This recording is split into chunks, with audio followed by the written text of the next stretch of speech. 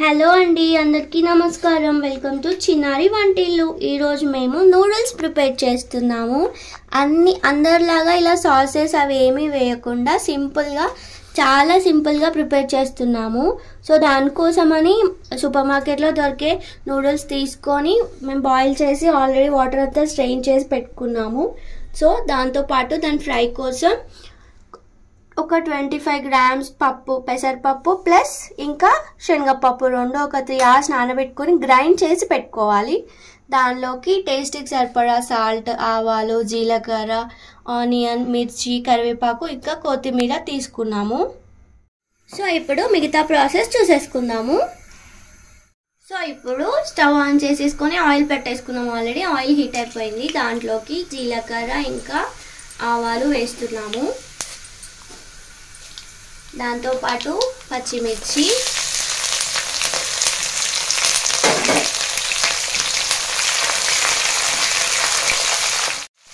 So మిర్చి కొంచెం fry అయ్యాక కరివేపాకు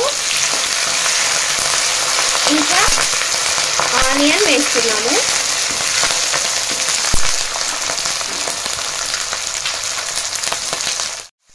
సో ఆనియన్ వేసేసుకున్నాక ఆనియన్తో పాటు మేము గ్రైండ్ చేసి పెట్టుకున్న పప్పు పేస్ట్ కూడా యాడ్ చేస్తున్నాము. వేసేసుకొని మంచిగా మిక్స్ చేసుకోవాలి.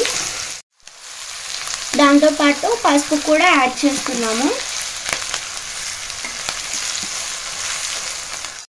సో మొత్తం అన్నీ మంచిగా మిక్స్ చేసుకున్నాక క్యాప్ పెట్టేసుకోవాలి. ప్లస్ దీన్ని 2 minutes ఒకసారి కలుపుతూ ఉండాలి. ఎందుకంటే మనం యాడ్ చేసిన పప్పు పేస్ట్ మంచిగా రోస్ట్ అవ్వాలన్నమాట. అలాగే పొడిగా రావాలి. సో మేము క్యాప్ పెట్టేస్తున్నాము. సో 2 minutes ఒకసారి కలుపుతూ ఉండాలి కంపల్సరీగా, లేకపోతే మంచిగా కుక్ అవ్వదన్నమాట. సో మధ్య మధ్యలో క్యాప్ తీసి ఇలా కలుపుతూ ఉండాలి. సో ఇలా మంచిగా పొడిగా వచ్చేంత వరకు 2 minutes ఒకసారి క్యాప్ తీస్తూ కలుపుకోవాలి. ఇప్పుడు దీంట్లోకి మేము టేస్ట్కి సరిపడా సాల్ట్ వేసుకుంటున్నాము. సాల్ట్ వేసేసుకొని మళ్ళీ మంచిగా మిక్స్ చేసుకోవాలి. సాల్ట్ అంతా మిక్స్ అయ్యే వరకు. సో ఇప్పుడు మేము నూడిల్స్ యాడ్ చేసుకుంటున్నాము కొద్దిగా.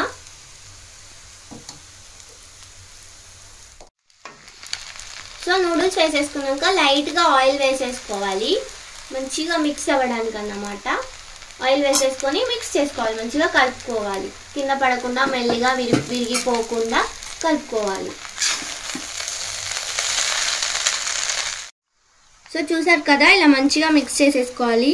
ఫైనల్గా కొత్తిమీర వేసేసుకుంటే రెడీ అయిపోతుంది. ఎంతో టేస్టీ అయిన నూడిల్స్. ఇలా ట్రై చేసి చూడండి మీరు కూడా. ఇలా పప్పులతో చేసుకుంటే చాలా బాగుంటుంది. మనం సాసెస్ ఏం లేకుండా చేస్తాం కదా, టేస్ట్ కూడా సూపర్గా ఉంటుంది, ఇంకా బలం కూడా. మీరు కూడా ఈ వీడియో ట్రై చేయండి. మీకు ఎలా వచ్చిందో కామెంట్లో షేర్ చేయండి. మీకు కనుక ఈ వీడియో నచ్చితే లైక్ చేయండి, షేర్ చేయండి, కామెంట్ చేయండి. అలాగే నా ఛానల్ని సబ్స్క్రైబ్ కూడా చేసుకోండి. థ్యాంక్ యూ ఫర్ వాచింగ్ చిన్నారి వంటిల్లు.